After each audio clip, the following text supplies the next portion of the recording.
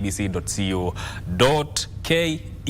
You can be part of these conversations. Welcome to the program. Victor, what is your take or what do you see coming out of the tabling of this motion? Do you see a case where it will go through or it might not? Good question. Hard to predict. One, it's a legislative process that we all know. The charge sheet that has been tabled against the Deputy President is already out. Parliament will be receiving that at 2:30 today. And the question is, who is going to be the mover? I'll answer that question shortly. But if you look at the charge sheet, which is already out, abuse of office, violation of the Constitution, anti-fraud and money laundering, etc., etc., those are heavy cases. Now, it will only be determined by who is going to move that motion, all right, which is also a very big determinant here. Yeah. Who is going to be the mover and who is going to second that motion? Well, it's going to be tabled today. But when you look at the party lineup, the party affiliations, the party formations, the tribal inclinations, and the tribal blocking that usually takes place in our electoral cycle, it's going to play a very key role. That is one. So when you hear some members of parliament saying that there is a rush or there's a competition on who is going to table that motion, remember it's going to be one in the history of this nation. Yes. Yeah. So whoever is going to move that motion must be ready to go into the books of records of this country. That will never be erased. You'll go into the Hansard 140, 50, 700 years from now, and you'll find that name permanently there. Yes. So the question is, whoever is going to move that motion, who is that person? Is that person going to come from Mount Kenya? Is that person going to come from the central region, from the western region, or eastern region, or coast region, or which part of the country? Now, this is my thinking. Because we all know how the party voted or how Kenyans voted in the last election and how Kenya Kwanza got into power in the last election, Central Kenya and Rift Valley played a pivotal role. Sure. And this motion is going to be a make or break for any member of parliament who is in Kenya Kwanza right now. Yes. You go against the grain, your chances of surviving in 2027 is 50-50. Yes. You vote for the bill, your chances of survival in 2027 is also 50-50. Kenyans are unforgiving, Lord. And we all know that Kenyans vote leaders out. They don't vote leaders in. Exactly. So any leader, remember what happened during the Gen Z Mandamanda and all that? Yeah. Many Kenyans or many leaders were quote unquote marked, and some Kenyans wanted to wasalimia. Yes. That has not gone away. The fear is whoever is going to move that motion, whether from whichever region, that region will have to contend with the fact that they are going to play a role again in 2027 or going to determine who will be the president in 2027 and the deputy. My prediction is this: Mount Kenya might not move that motion. The larger Nyanza region might not move that motion. Western Kenya might not move that motion. Coast region is level-headed in terms of politics. Yes. They always say that we all know how they vote. Yeah. Might not move that motion. Northeastern, they have got UDM, members who move from UDM, John Kenya Kwanza, might also not move that motion. My prediction is this: the move of that motion might come from Eastern Kenya. Yeah. All right? Yeah. Somewhere which is somehow neutral in terms of politics and have nothing to lose. That is my thinking. And that is going to change the political dynamics within the country. Yes, because it will have both, as you have said, it's a ripple effect. Whatever happens to that, out of that motion, if it goes through and let's say hypothetically, it goes through and the deputy president is impeached, it's going to have far-reaching effects on the political landscape of this country. And also, when you look at that hypothetical situation where the DP is impeached, now the question is, who is the next? Would be the next possible candidate for that position. That is, Many that is going questions to are be very coming up interesting. from that. Yeah. And also remember that at least 300 MPs had already signed that petition to remove Deputy President from his seat. So, I mean, today is just that day where you would really want to stay glued on your screen so that we get to know how that pans out, you know, how that impeachment, if it will happen, it will be happening or not. Yeah. All right, so talk of impeachment and all that. Let me remind you, today is 1st of October, and on this day, it's International Coffee Day. International? Coffee Day. Oh. I'm willing to take someone for coffee. Yesterday, by the way. What? I was gifted coffee. You were gifted coffee? Yeah, but by one of our guests right here on the show, I was gifted Mexican coffee. I'm yet to try it, though. Okay. I think today's the day. So you kept that coffee? Yeah, I kept it. I kept it. Yeah, it's a whole pack. So I'll try it today. Did you have to wait until today and then it's coffee day. It's okay, International Coffee Day. So today is the perfect day to... So why don't you invite us for that coffee? That's a good question, Mike. Where is the coffee? It's in my home. No. So you're invited, actually. We can go have coffee. So today is International Coffee Day. I'm offering a cup of coffee. I said a cup, yes, not cups. So if you're coming for that coffee, please, no +1, a cup. It's just a single cup. Chuminimba. Yes. Disclaimer. So it's International Coffee Day. It's International Music Day. Oh. Again, it's International World Vegetarian Day. Ooh. Yeah, what a job. Well. Did you just say that? My producer, director, I mean, Murume. What a job. Bat Appreciation Day. That is, do we appreciate birds? Do you? Birds? Bat. B-A-T? Yes, B-A-T. Oh. Bat Appreciation Day. I've never heard of that one, honestly. That is a first. How are we appreciating the bats? That's another question. How do you appreciate that thing? How do we appreciate it? Have you ever met a bat at around 9 p.m., walking in the dark, and then all of a sudden, a bigger torch, then you see it dangling from some mango to somewhere, looking at you directly? In a way, it kind of looks scary. They're quite scary. Yeah, to look at, especially at night. Because you're looking at something that is dangling upside down. Yeah. So, yeah, we have it. Now, talk about history. It's going to be historic today. Yeah, we've never seen this such a day. It's an interesting to live in this country. As journalists, we'll be writing again this thing, talking about it for the longest time to come. How about we take a look what's on the front page of local dailies? Vivian. All right. If I may begin with what is on the Daily Nation today, and the very first story that is right here, the headline story, is on Deputy President Rigathi Gachagua. And the paper says Gachagua on trial. Deputy President Rigathi Gachagua is today set to find out if MPs will make true their threat and table on the floor of the House a motion for his removal from office. Spirited attempts yesterday by the embattled DP and his allies to block the National Assembly from proceeding with the impeachment came a cropper after the court failed to issue stop orders. Now, the second in command's fate now lies with the House leadership and his boss, President William Ruto. So the Daily Nation has laid out that story on page 7. So you can check out page 7 of the Daily Nation, and just some facts that they have put down.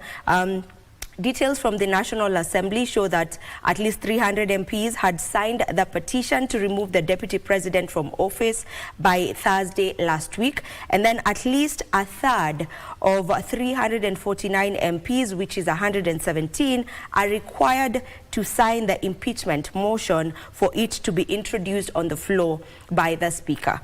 A 2/3 majority of the MPs in Parliament, that's around 233 in the National Assembly and 45 in the Senate, are required to approve the motion to impeach the Deputy President. So that story is on page 7, as I had mentioned earlier. And on matters SHIF, Omtata seeks to block the SHIF rollout as MPs approve 104 billion shillings for the system. Now, Busia Senator Okiya Omtata and 2 others have moved to court seeking to block the implementation of the Social Health Insurance Fund, that is SHIF, ahead of today's launch. Remember, SHIF is to be rolled out today. It will be launched today. But now Okiya Omtata has taken that matter to court to try and block the rolling out of SHIF, and that story is on page 4 and page 5 of the Daily Nation. Still on the top page or front page of the Daily Nation, we have activist Morara arrested at city office. I am sure you had already gotten wind of that particular story because it was trending on social media yesterday evening after Morara was allegedly arrested at his offices. And that story has been laid out on page 6 of the Daily Nation, where they are just giving details on what happened specifically yesterday to the activist, that is Morara. Still on page 1, there's quite a sad story. If you're also on social media, I am sure you have seen the hashtag Justice for Bruce. Now, Governor now summoned in gang rape probe. Mombasa Governor Abdul Swamad Nasir confirmed that he and his mother had been summoned by the police to record statement over the matter.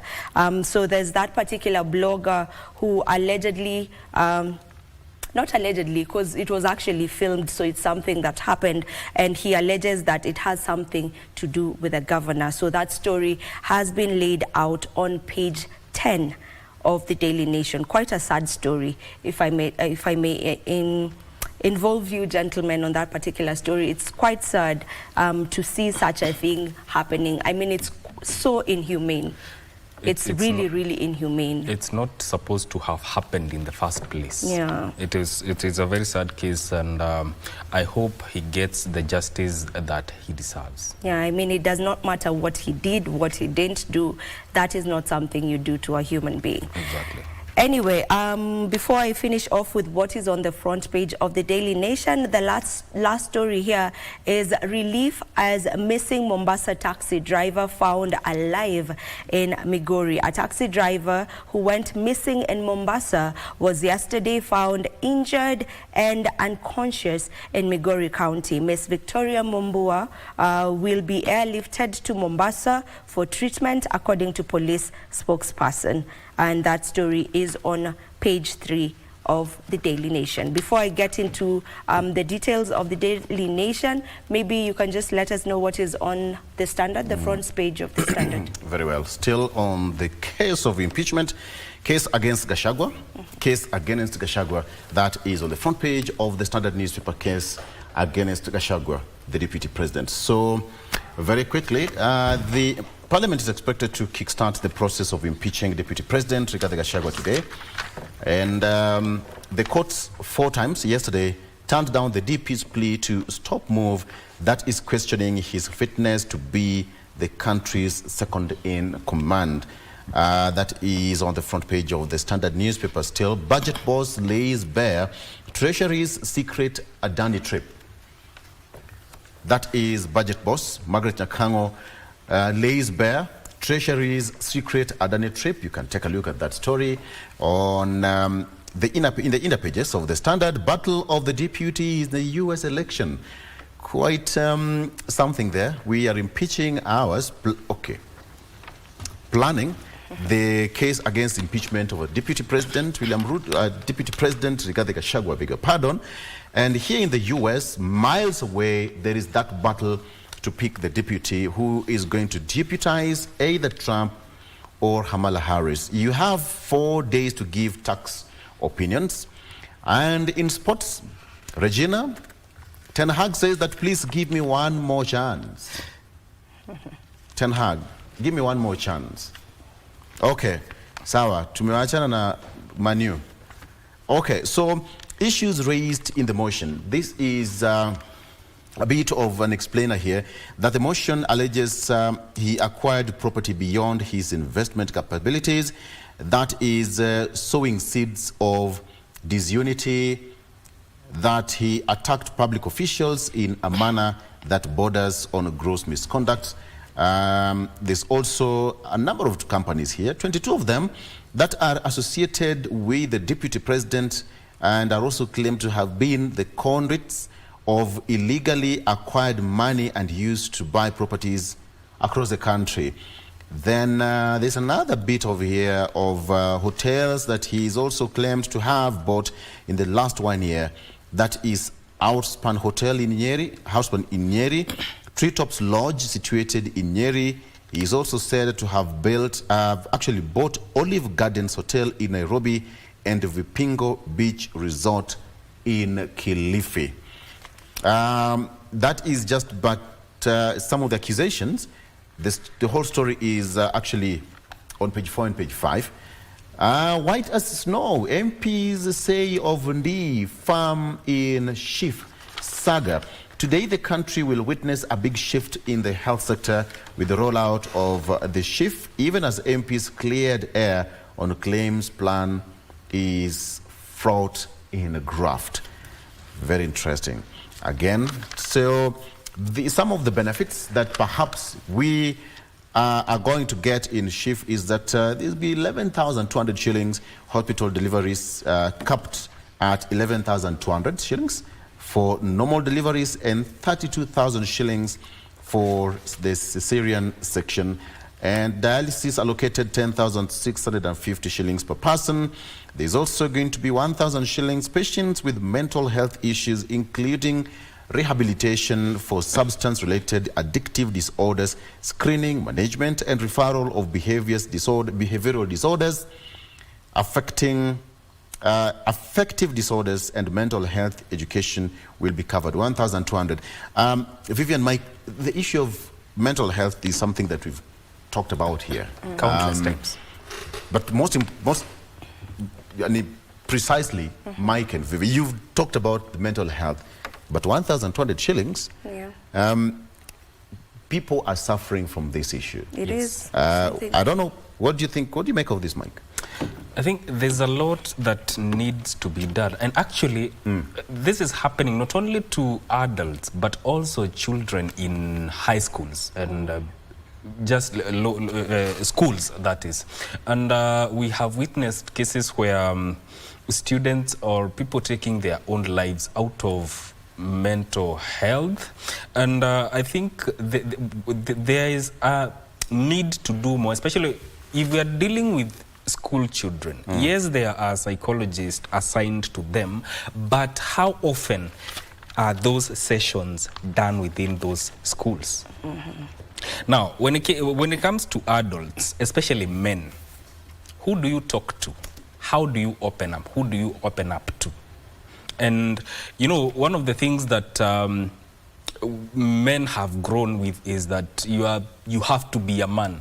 It comes a time when seeking help is very important because your life matters. Whatever that you are going through, I think it's good to seek help, and this is something that everybody needs to play a part in. I don't know, what is your take, Vivian, on this? Well, mental health, as Victor has mentioned, we've covered that topic right here on the show numerous times because I believe that it is something that should be talked about. It is no longer a topic of conversation that should be, you know, spoken on harsh tones. You know, it is something that should be spoken loudly about because it is happening. We get to bury so many people from suicide. We maybe don't talk about it, but it's happening within ourselves, within our communities, within our families. I'm sure you know of a case of someone who took their own life because of suicide, you know, and this suicide stemmed mainly from mental health. So mental health is something that should really be given front page on matters that are concerning health specifically, on matters health specifically. And you know, when it comes to depression, so many times we get to stigmatize that word depression. And that is what leads to people getting to a point where they get to a breaking point, or where they get to a point where they decide, well, I don't need to be in this life no more, and they get to commit suicide. It's simply because the word depression has not been given, you know, a place. you know, whereby when you come forth and say that I feel like I am depressed, you are listened to. So many a times it's stigmatized, and you're told, wewe ni kama anachizi. You know, they tend to think that you're just not okay, like you are not really okay in terms of your mental, and not just, they think you're psychotic, that's the word. And most times depression is not really one being psychotic. Depression is just a feeling of you feeling like you don't really need to exist, or you feeling like, you know, you are not seen. So if we give people a chance to get to speak about how they feel, where they are mentally, and then we'll be able to, I mean, try and just sort this issue of mental health. And might I add that I think there's a need to make people understand why it is important to create safe spaces for others to come and open up without getting judged, because that is one of the things that contribute to people bottling up things because they fear being judged. Sure. Whatever the case that, or whatever situation that they are facing, the idea here is to create a safe space for people to open up. Yeah. All right. So let's talk about more matters here on the papers. Again, UN extends Haiti mission by 1 year. Our soldiers are there. The UN Security Council has extended its authorization of the multinational policing mission in Haiti, but without any call to transform it into a UN peacekeeping mission. That is what is here on the front page of the Standard newspaper. And how Ruto has single-handedly dismantled Mount Kenya region. Okay, interesting read.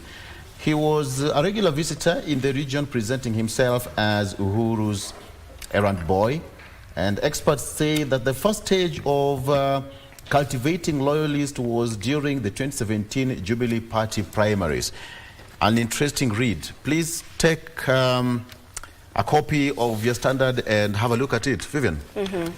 All right, on the Daily Nation, if we may just get into it and see what more stories are headlined right here. And we have a story on honoring Ken Walibora's legacy. This one is a legend, by the way.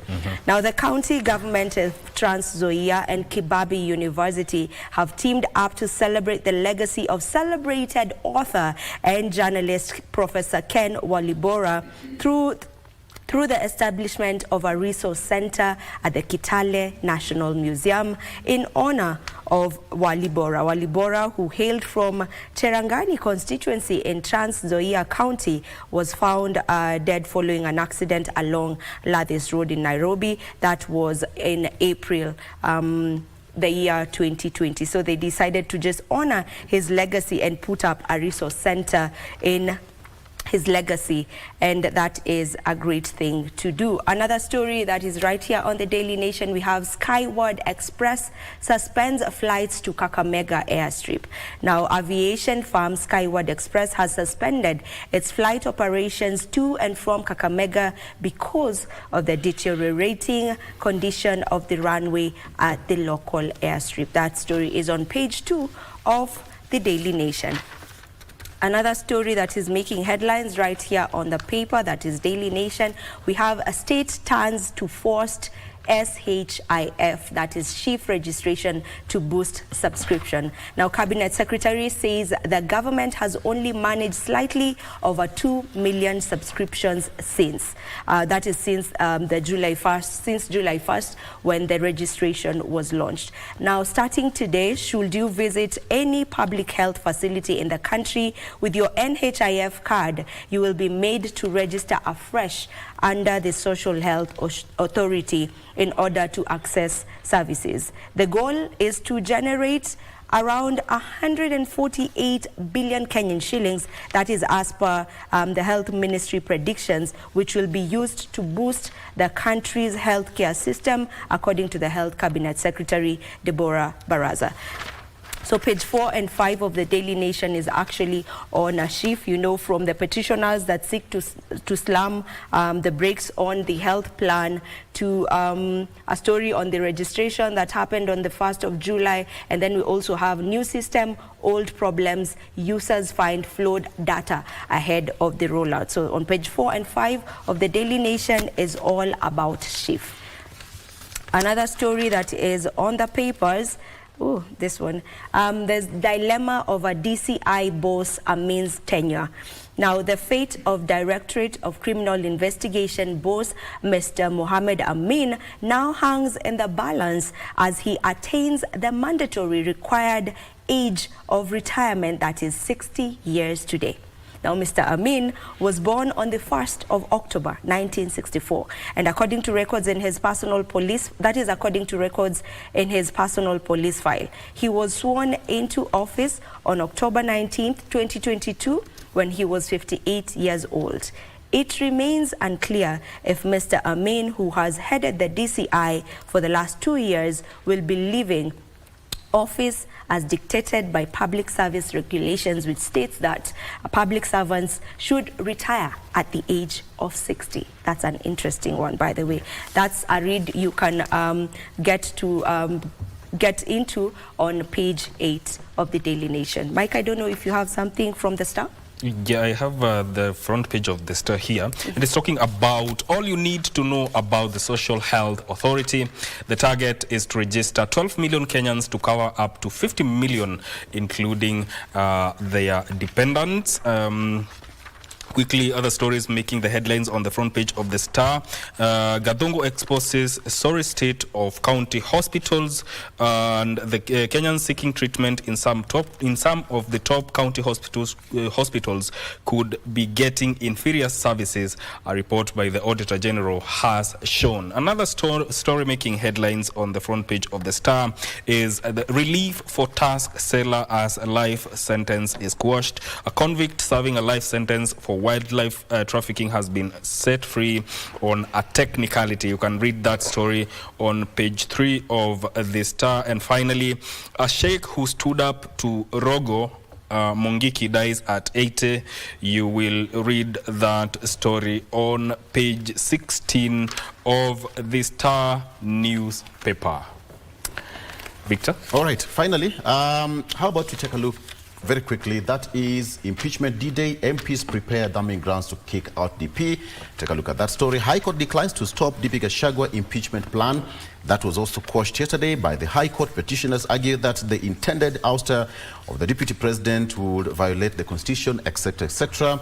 Let's continue. House Committee clears Safaricom Consortium in SHA rollout. Again, take a look at that story. Stakeholders say that Kenyans are not ready to transition to SHIF. Again, on the page 7 of the Standard newspaper. Finally here, control of budget exposes secret treasury visit to Adani, and that is in the inner page. Let me talk about Arsenal before we go. Arsenal's set piece guru ready to prey on PSG's weak point. That is it. And on Manchester United, Ten Hag, please give me one more time to turn around Manchester United. Ten Hag talking about giving one more time. I mean, 12 Foucault. I know you want me to comment about that, and I won't give you that honor. I won't honor that. No,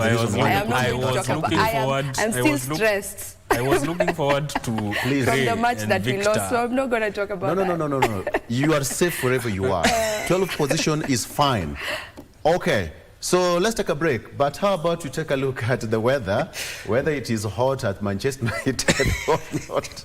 We'll be right back. See you then.